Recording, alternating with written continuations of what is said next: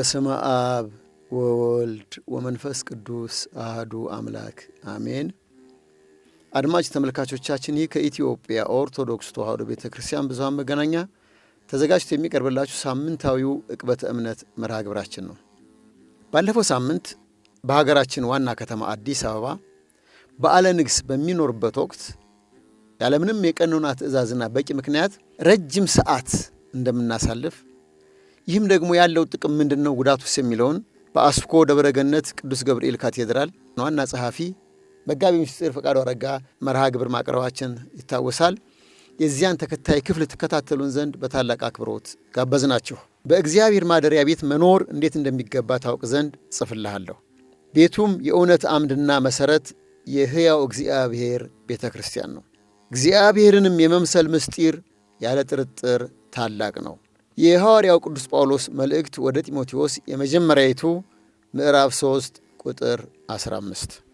ሐዋርያው ቅዱስ ጳውሎስ ለመንፈስ ልጁ ለቅዱስ ጢሞቴዎስ በኋለኞቹ ዘመን ላላቸው ጊዜያት የሚመጡትን አስከፊ ግብራት ያመልጥና ራሱን ይጠብቅ ዘንድ በእግዚአብሔር ማደሪያ ቤት አገለግላለሁ ብትል እግዚአብሔርን መምሰል እንደሚገባው ያም የእውነት አምድና መሰረት በሆነው ቤተ ክርስቲያን ላይ መገንባት የሚችለው አምዱንና መሰረቱን የመሰለ ሕይወት ሲኖረው እሱም እውነት ጽድቅ መሆኑን ይነግረዋል። ክርስቲያን የሚለውን ስም ከጌታችን አምላካችን መድኃኒታችን ኢየሱስ ክርስቶስ ወስደን በግብር ደግሞ እርሱን መስለን መታነጽ አለብን። ለመሆኑ እኔ ክርስቶስን እንደምመስል እናንተም እኔም ምሰሉ ሲል ሐዋርያው ቅዱስ ጳውሎስ ይናገር የነበረው ጌታችን መድኃኒታችን ኢየሱስ ክርስቶስን እንመስል ዘንድ ከጊዜ ልደቱ እስከ እድገቱ ድረስ ምን አርአያ አምሳል ተወልን? መጋቢ ምስጢር ፈቃዱ አረጋ መልስ ይሰጡናል።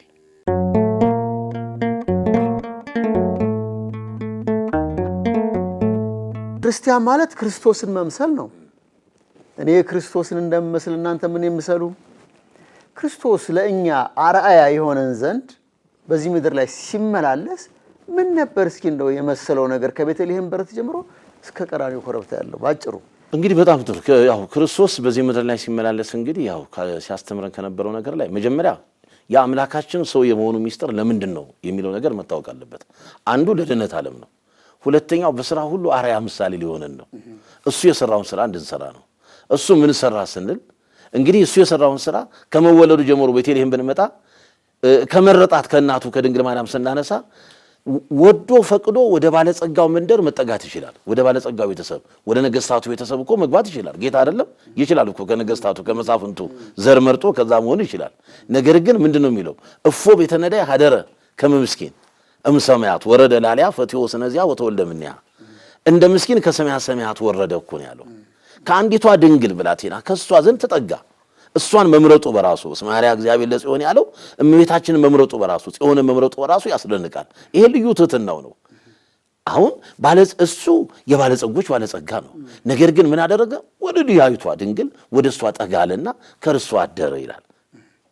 ይሄ አንዱ ነው። ሌላው ደግሞ ትሕትና ነው። በቃ ከዛ በበረት መወለዱ፣ በከብቶቹ ግርግም መወለዱ፣ ሰማይ ዙፋኑ ምድር የእግሩ መረገጫ ነች። የሚደንቅ ነው። ሁሉ ያለው ጌታ እኮ ነው። ሁሉ ያለው ባለጸጋ ነው። ሐዋርያው ቅዱስ ጳውሎስ እንደተናገረው የኛን ድህነት ለራሱ ወስዶ የእርሱን ባለጸግነት ለኛ ሰጠን እንዳለው። ስለዚህ ራሱን እንዳደረገ አንዴ ራሱ አለ የሚለው እንግዲህ ራሱን በቃ ይሄን አድርጎ በበረት ውስጥ መወለዱ ልዩ ትሕትናውን ነው። አሁንም የሚገልጸው እንዲህ ነው። ከዚያ በኋላ እንደገና አምላክ ነኝ ብሎ በእለት ተጸንሶ በእለት መወለድ በእለት ማደግ ይችላል። አሁን ይሄ ነው በበህቅ ልህቀ እንዲያውቁ ነው። አሁን በጥቂቱ አደገ። ይሄ ልዩ ትሕትናው ነው። በጥቂቱ አደገ። በማደግ ውስጥ ደግሞ በሉቃስ ወንጌል ምዕራፍ 2 እንደምንመለከተው ሲያርግ ግን እየታዘዘ ነው ያደገው። በሞገስም በጥበቡም በራሱ ነው እየታዘዘ አይደል? ለእናቱም እየታዘዘ። አሁን ይሄንን እኮ ነው ሌላው ክርስቶስ የሰራውን ስራ እኮ ነው ምን ብለን ለወላጆቻችን እኛ ማክበር እንዳለብን መታዘዝ እንዳለብን። ያው ዮሐንስ ወንጌል ምዕራፍ 2 ላይ ወአመሳለስት ዕለት ከብካብ ከሆነ በቃና ዘገሊላ ያለው ላይ አሁን ሰዎች ያልገባቸው ሚስጥር አንቺ ሴት እኔ ካንቺ ጋር ምን አለኝ ሲል አሁን እዛ ጋር የመታዘዝ እኮ ነው እሱ ጋር በቃ እንዴ ስጋሽ ከስጋ አጥንትሽ ከአጥንቴ ነው አለ አይደለም? እንግዲህ ይሄ እኮ ነው ሴት የሚለው ቃል ይሄ ነው። ወደዛ አንገባበት። አባትና እናትህን አክብር ያለ አምላክ በቃ ሕግ አይጥስም ነው። ያንን አድርጎ በዛ ስርዓት ውስጥ ራሱን ገልጾልናል። ስለዚህ አንዱ ትሕትናውን አሳይቶናል በዚህ ምድር ላይ ክርስቶስ። ሌላው ልዩ ፍቅሩን ገልጾልናል። በቃ ፍቅሩን ስንመለከት ይሁዳ 3 ዓመት ከክርስቶስ ጋር ሲኖር 3 ዓመት ከአምላካችን ከመድኃኒታችን ከኢየሱስ ክርስቶስ ጋር ሲኖር አሳልፎ እንደሚሰጠው ያውቃል። ይሁዳን ግን በፍቅር ይዞታል። 11ኛው ሰዓት እንኳን ስትሆን ይሁዳ እዚያች ደብረ ዘይት ላይ ጌቴሴማኒ ሲመጣ አይደለም እነዚያን ጸሐፍት ፈሪሳውያኑን ሁሉ ሰራዊቱን ሁሉ አስከትሎ ፊት መሪ ሆኖ ተላሪ ሆኖ ሲመጣ ክርስቶስ የተናገረው ቃል አንድ ነው አይደል? ለምን ትመጻይ ካርኬ ምን ያህል ወዳጅነት ነው። ወዳጄ ለምን መጣ ነው ያለው። ጠላቴ ለምን መጣ አላለው። ወዳጄ ይኸው እዚህ ሰዓት እንኳን። ስለዚህ ከክርስቶስ የተማርነው ፍቅርን ነው። አንዱ ይሄ ነው። ጠላቶቻችን እንዴት መውደድ እንዳለብን፣ ክፉን በክፉ መቃወም እንደሌለብን ፍቅር ነው። ከዚያ እንደገና ልክ ዝቅ ብሎ በጸሎተ ሐሙስ ቀን በመሴተ ሐሙስ የደቀ መዛሙርቱ ነገር አጠበ። እሱ ይሄን አደረገ። እንደውም ምንድን ያላቸው ለበውክሙኑ ዘገበርኩ ለክሙ አይመርክሙኑ ዘገበርኩ ለክሙ ያደረኩላችሁን ነገር ታስተውላላችሁ ታውቃላችሁ አለ። እናንተም እንዲሁ አድርጉ ከመዝ ግበሩ ለቢጽክሙ እናንተም እንዲሁ አድርጉ። እሱ በአባትነት በልዩ ፍቅር እነሱን እንዴት እንደሾመ እንዳከበረ ሐዋርያቱ ከበበ ግራርዳዩ አጸበ ኮኖሙ አበ ወማህሮሙ ጥበበ እንዳለው ቅዱስ ያሬድ በዚያ ልክ መሰረት ይሄን ሁሉ አደረገላቸው። ይሄ የሚደንቅ ሚስጥር። በዚህ መሰረት ይሄን አደረገና ትህትናውን ተምረናል። ክሊያ ደግሞ ስንመጣ ፍቅሩን አሳይቶናል። በመስቀል ላይ የገለጸው ፍቅር የተለየ ፍቅር ነው። ለማንምና ለማን አልቦ ዘአቢ ወይይስም ፍቅር እንዳለው በዚያ ላይ ራሱን ስለ ወዳጆቹ አሳልፎ ከመስጠት ከዚህ የሚወልጥ ፍቅር ለማን አለ? እናት ለልጇ አታደርግም፣ አባት ለልጁ አያደርግም። በዚህ መንገድ ነው።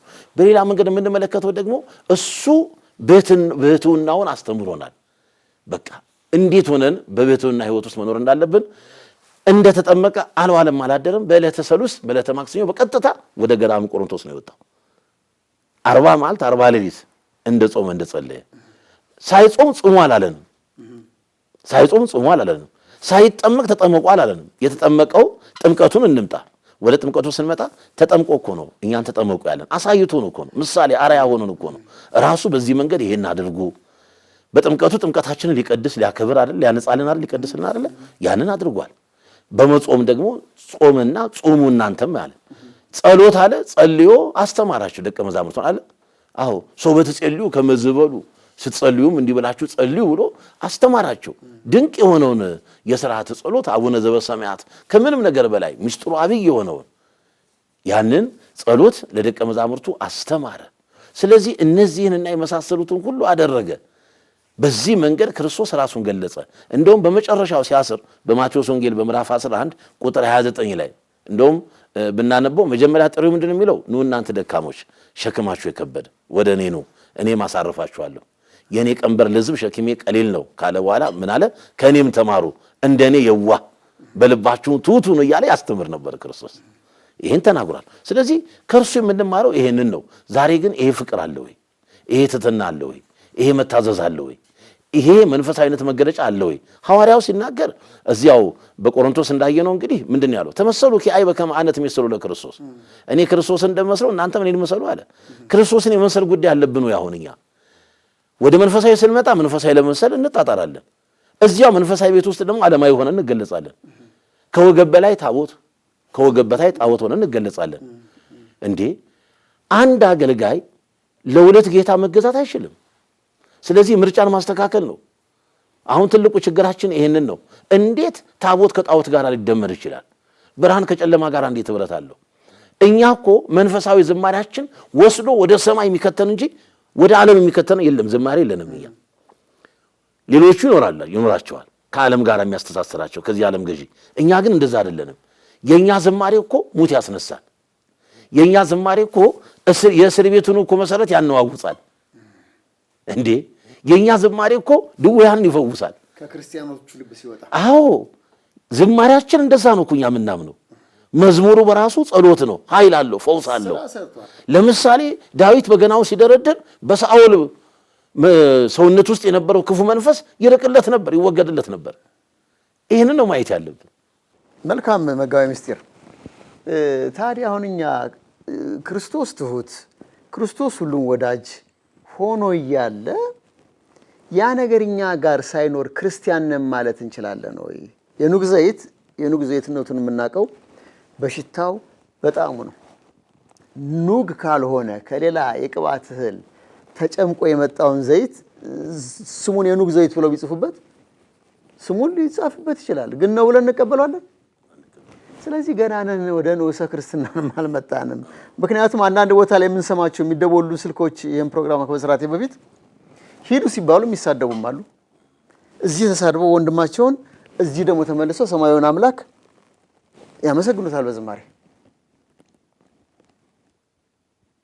ስለዚህ እኔ ክርስቶስን እንደምመስል እናንተ ምን የምሰሉ ካለ ካልመሰልን አይደለንም ከንቱ ድካም ነው መዝሙር ቅዱስ መልአክ ከሰማይ ወርዷል የእስር ቤት በር አስከፍቷል ቅድም አጋንንት ታርቋል አሉ ስድብ ምንድነው ከመንፈስ ቅዱስ ነው እንዴ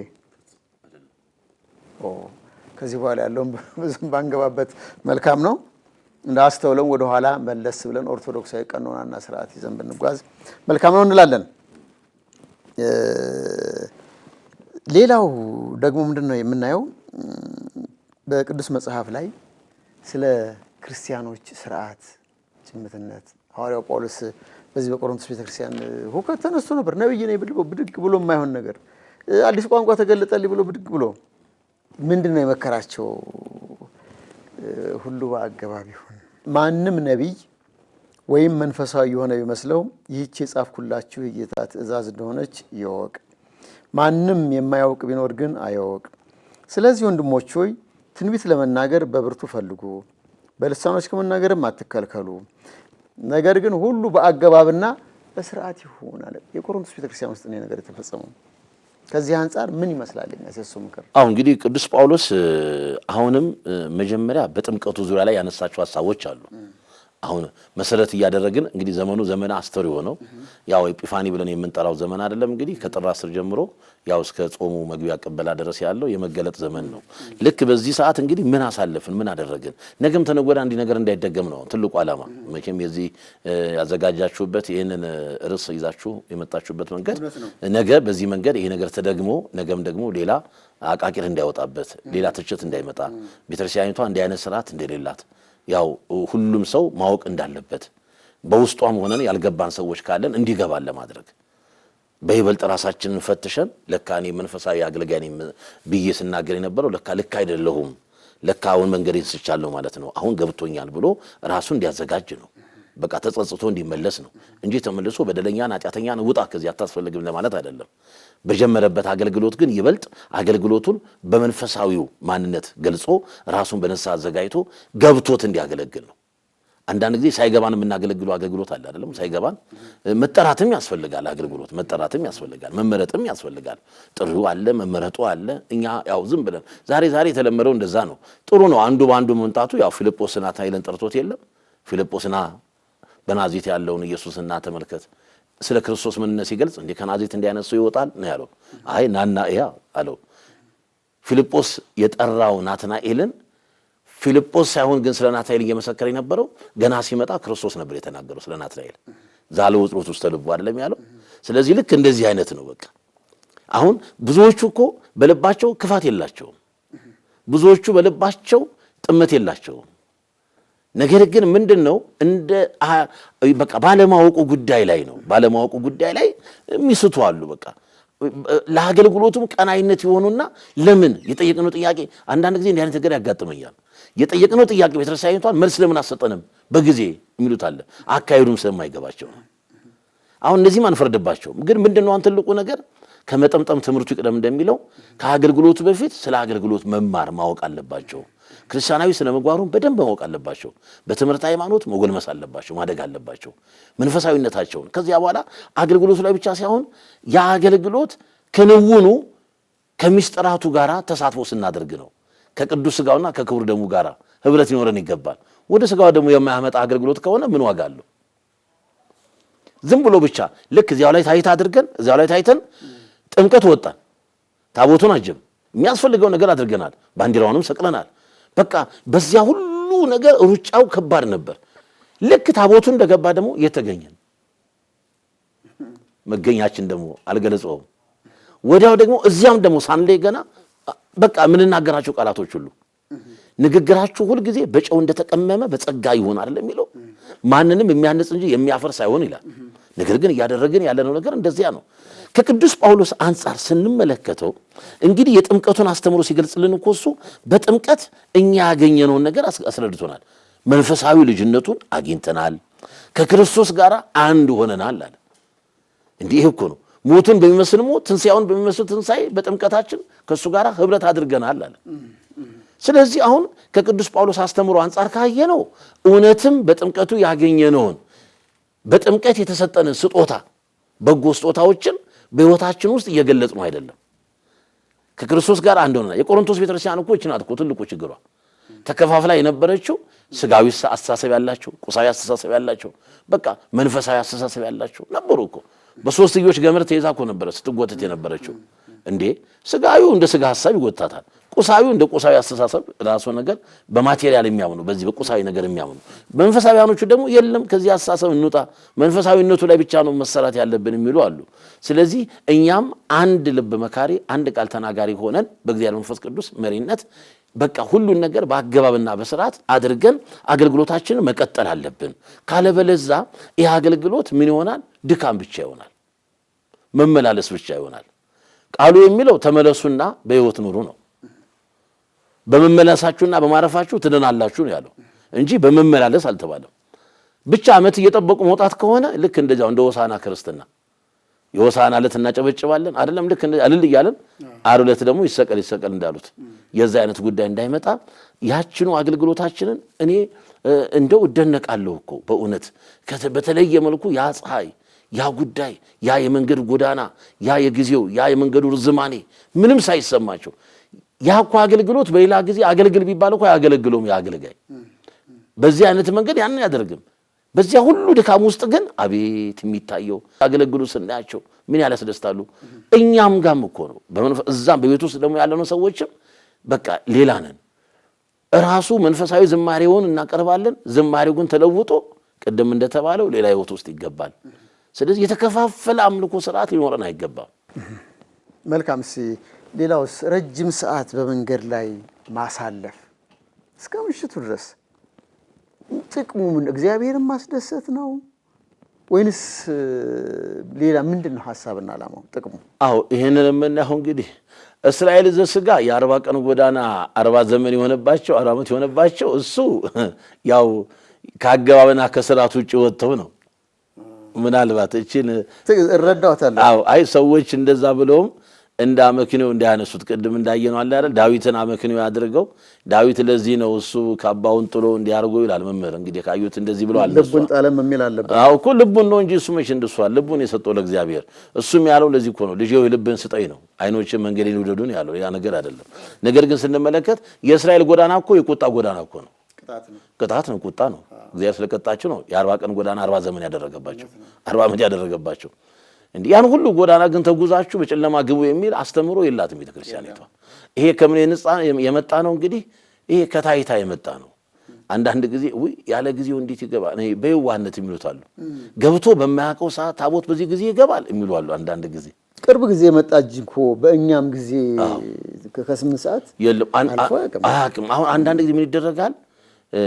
መጀመሪያ የቃል ኪዳኑ ታቦት ከመንበረ ክብሩ ወጥቶ ወደ ባህረ ጥምቀቱ ሲመጣ ይሄ የሚደረግበት መቼም ሌላ ጉዳይ አይደለም፣ እኛ ለመባረክ ነው አይደለም። ያው ታቦተ ሕጉ ሲወጣ በሌላ መንገድ ነው፣ ሲመለስም በሌላ መንገድ ነው። እሱን ራሱን የቻለ ሚስጥር አለው። ነገር ግን ከዚህ ጋር ደግሞ ስናይና ስንመለከት ታዲያ ያ የሚወጣው ታቦት ሊባርከን ከሆነ ባለው ነገር ላይ ሁሉም በአግባብና በስርዓቱ ነው። ታቦተ ሕጉን እኮ የሚያከብሩ አባቶች አሉ። ማሰቡም ያስፈልጋል። እርግጥ እግዚአብሔር መንፈስ ቅዱስ በሰጣቸው ኃይልና አቅም ችሎታ ያን ነገር እያደረጉት ነው። ታቦቱን ሲያከብሩ የሚያከብራቸውም እሱ ነውና 18 ሰዓት ጾመው ነው አይደለም? አዎ አክፍሎቱ አለ ምኑ አለ። በዚያ መንገድ ነው ይሄን የሚያደርጉት። ስለዚህ ያንን ነገር ሲያደርጉ ማሰቡም ያስፈልጋል። በሰውኛውን ቆም ብለን ማየትም ያስፈልጋል። የራሳችንን ስሜት ብቻ መጠበቅ አይደለም። እንዲህ ካልሆነ እንዲህ ከሆነ ለዚህ ነው ልክ እንዲህ ያለ ዛሬማ በየዋህነት ይሄው ያለ ጊዜውማ ያለ ሰዓቱ አስገብተው ዘንድሮማ ምን ቁጣ ሊመጣብን ይሆን ያሉ ሰዎች ሁሉ ሰምቻለሁ። አሁንማ ደግሞ እንግዲህ ሳይቆጣኔ ቀራል የሚሉ አሉ። የበየዋህነት ነው፣ በቅንነት ነው። የግድ 1 ሰዓት ይግባ የሚለው ማን ነው ያለው? ይሄን ነገር ከምንም ነገር ጋር ምንም አይነት ይሄ በስርዓቱም አንፃር የተቀመጠ ነገር የቤተክርስቲያኒቷ ቀኖና አይደለም። ይሄ በዛ ሰዓት ጎዳና የሚያብዙ ሰዎች አሉ አይደለም? አዳዲስ ጎዳና እያበጁ በዚህ ሜዳ አለበት በዚህ ሜዳ አለበት የለም በዚህ በዛ ሜዳ አለበት እያሉ ካረዘመ ደስም አይላቸዋሉ። ይሄ እንዲህ አይነት አመለካከት መቅረት አለበት። ሁሉ ጊዜ የቤተ ክርስቲያኒቷን ሕግና ሥርዓት ጠብቆ የሚታዘዘውም የሚወጣውም ድምጽ ከቤተ ክርስቲያኒቷ ብቻ የሚወጣውን ድምጽ ነው መስማት ያለብን። እኛ እኮ ማንን እንስማ? አሁን እኮ ትልቁ ችግር ይሄ ነው። ሁሉም በራሱ አዛዥ የሆነና አስቸጋሪ ይሆናል። በመንፈሳዊነት ጉዳይ ግን አዛዥና ታዛዥ ኖሮ ይገባል። እንዴ በሶስተኛውም ሥርዓት እኮ መቼም በቤተሰብ ውስጥ እኮ ወላጆች አሉ፣ ልጆች አሉ። በተዋረድ ሁሉም በየራሱ ይደማመጣል። ካለበለዚያማ ባቢሎን ነው የምንሆነው። ስለዚህ አሁን እንደዛ ነው የሆነው አገልግሎት ሁሉ። ልክ መተረማመስ ይመጣል እንጂ በዛ ሰዓት ረጅም ጎዳና ተጉዞ መግባት አለበት የሚል የለንም። በጨለማ መግባት አለበት። አንዳንድ ቦታ ላይ ያ እንደው እንደዛ ካልሆነ የግድ ያችን ሰዓት ጠብቆ እንዲገባ ቀስ እያሉ ሂዱ ሲባሉ ማይሄዱም ይኖራሉ። ከፊት ሆነው የሚይዙ ይኖራሉ። ገና ነው የሚሉ ይኖራሉ። አገልግሎታችን እኮ ለማን ነው? ለሰው ነው? ለእግዚአብሔር ነው? ማን እንዲቀበለው ነው? ማን እንዲያየን ነው? በእግዚአብሔር እይታ ውስጥ ለመግባት ከሆነ አንድ ሰው በእግዚአብሔር እይታ ውስጥ የሚገባው ራሱ ምን ሲያደርግ ነው? ለእግዚአብሔር እይታ የሚመች ማንነት ይዞ ሲገኝ ነው። ለእግዚአብሔር እይታ የሚመች ማንነት ይዘን ሳንገኝ የታይታ ማንነት ይዘን እየተገኘን እግዚአብሔር ጸሎቴን ይቀበለዋል፣ ልመናዬን ይሰማዋል፣ ዝማሬን ያደምጠዋል። የለም። ይሄ ከንቱ ድካም ነው። ለእግዚአብሔር የሚመች ማንነት በሱ እይታ ውስጥ እንድንገባ ልክ እንደዚህ እንመልከት እስኪ። ያ የጠሚዎስ ልጅ በርጤሜዎስ በኢያሪኮ መንደር ላይ ቁጭ ብሎ ድቃቂ ሳንቲም ፍርፋሪ ምግብ ከሰዎች እጅ የሚናፍቀው ሲለምን የነበረውን ሰው ማየት ነው። በማርቆስ ወንጌል ላይ ምዕራፍ 9 እንደምንመለከተው በዚያች በጨረቃዋ መንደር ከተማ በኢያሪኮ በጠባቧ መንገድ ጎዳና ተቀምጦ ይለምን ነበር። በዚያ ሰዓት ክርስቶስ ያልፋል አይደል? ሲያልፍ ሰምቶታል ነው፣ አይቶታል አላልንም። ሰማ ነው። የብዙዎቹን ኮቴ ድምፅ ሰምቷል። አይነ ስውር ነው፣ ማየት አይችልም። አንተ ሰው በዚህ የሚያልፈው ማን ነው? በከተማው አንዲህ ነገር ይመጣው ሲባል የናዝሬቱ ኢየሱስ ክርስቶስ ነው።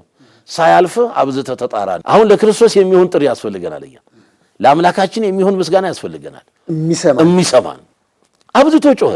ዋፈድፈደ ከሪያ ወይቤ ወለ ዳዊት ተሳለኒ እግዚኦ፣ የዳዊት ልጅ ኢየሱስ ሆይ አቤቱ ማረኝ ይቅር በለኝ እያለ አብዝቶ ጮኸ እንዲሰማው። ሰዎች ግን ጮኸታ አደነቆረ፣ ዝም ብለውታል ጊዜው። እሱ ግን አብዝቶ ጮኸ ነው እኮ የሚለው። አብዝቶ ተጣራ። ወዲያው ሂዱና ጥሩት አለ። መልእክተኞቹ መጡና የምትጠራው መልሶ ይጠራሃል አሉት። ያን ጊዜ የጠራኸው ይጠራሃል። በጣም ይደንቀኛል። የጠራኸው መልሶ ይጠራሃል አሉት። በርጤሜዎስ ጋር መጥተው ያን ጊዜ ድቃቂ ሳንቲሙን በተነ፣ ፍርፋሪው ምግብ ምርኩዛን ሁሉ ጥሎ ራሱን ይዞ ገባ። ሳዜ ራሳችንን ነው የሚፈልገው ጌታ። ራስን ይዞ መግባት እኮ ዛሬ እንደ እኛ ሌላ ይዘን የምንመጣው ጓዝ እኮ አለ። የዓለሙን ጓዝ ይዘን በመንፈሳዊ ቦታ ላይ መግለጽ እንፈልጋለን። ትላንት የነበረን ማንነት አልጣልነውም እኮ ያንን የመጣነው እኮ ያንን እኮ ለመጣል ነበር። ሸክማችን እንዲቀላል የመጣን የዓለሙ ጣጣ እኮ እንዲወጣ እንዲወገድልን እኮ ነው። ነገር ግን በዓለሙ ማንነት ውስጥ ዛሬም እንሰለፋለን። ይህ አይነት ክርስትና የለም ነው። እንዲህ አይነት አገልግሎትም የለም ነው። ስለዚህ ታቦቱም ያን ያክል ተጉዞ ጎዳና መግባት አለበት የሚልም ቤተክርስቲያኒቷ ስርዓት አስተምሮ የላትም። ተገቢ አይደለም። ነገ ሊታረም ይገባል። ይባስ ተብሎ ደግሞ ውጭ ታቦት ሆኖ ቅዳሴ ይቀደሳል። ቤተክርስቲያን ታቦተ መስዋዕት ያለው ውጭ ነው። ውስጥ ግን ቅዳሴ እየተቀደሰ ነው። እንግዲህ ያው የሚመለከተው አካል ይህን ሰምቶ ተወያይቶ ወደ ቅዱስ ሲኖዶስ ያቀርበዋል። መልስም ይኖራል ብለን እናስባለን። በመጨረሻ ቀረ የሚሉት ሀሳብ አለዎት? አዎ እኔ እንግዲህ የምለው ምንድነው ከዚህ በኋላ አሁን ወደፊትም ቢሆን አሁን በጥምቀቱ ላይ ያሳለፍናቸው ነገሮችና ሌሎቹ ሁሉ አሁን ምንድነው መንፈሳዊው ስርዓት ለምሳሌ አሁን እንውሰድ። በእኛ በኢትዮጵያ ኦርቶዶክስ ተዋሕዶ ቤተክርስቲያን ልደት ሲመጣ ልደቱ በተለየ መልኩ ታስቦ ምዕመናን ከያቅጣጫው የሚሄዱበት አንድ ስፍራ አለ አይደል? የት ነው ያ ስፍራ? ልደት ለማክበር ቅዱስ ላሊበላ ነው። ጥምቀት በመጣ ቁጥር ደግሞ ጥምቀትን ለማክበር ሁሉ በአንድነት የሚሄዱበት ስፍራ አለ አይደል?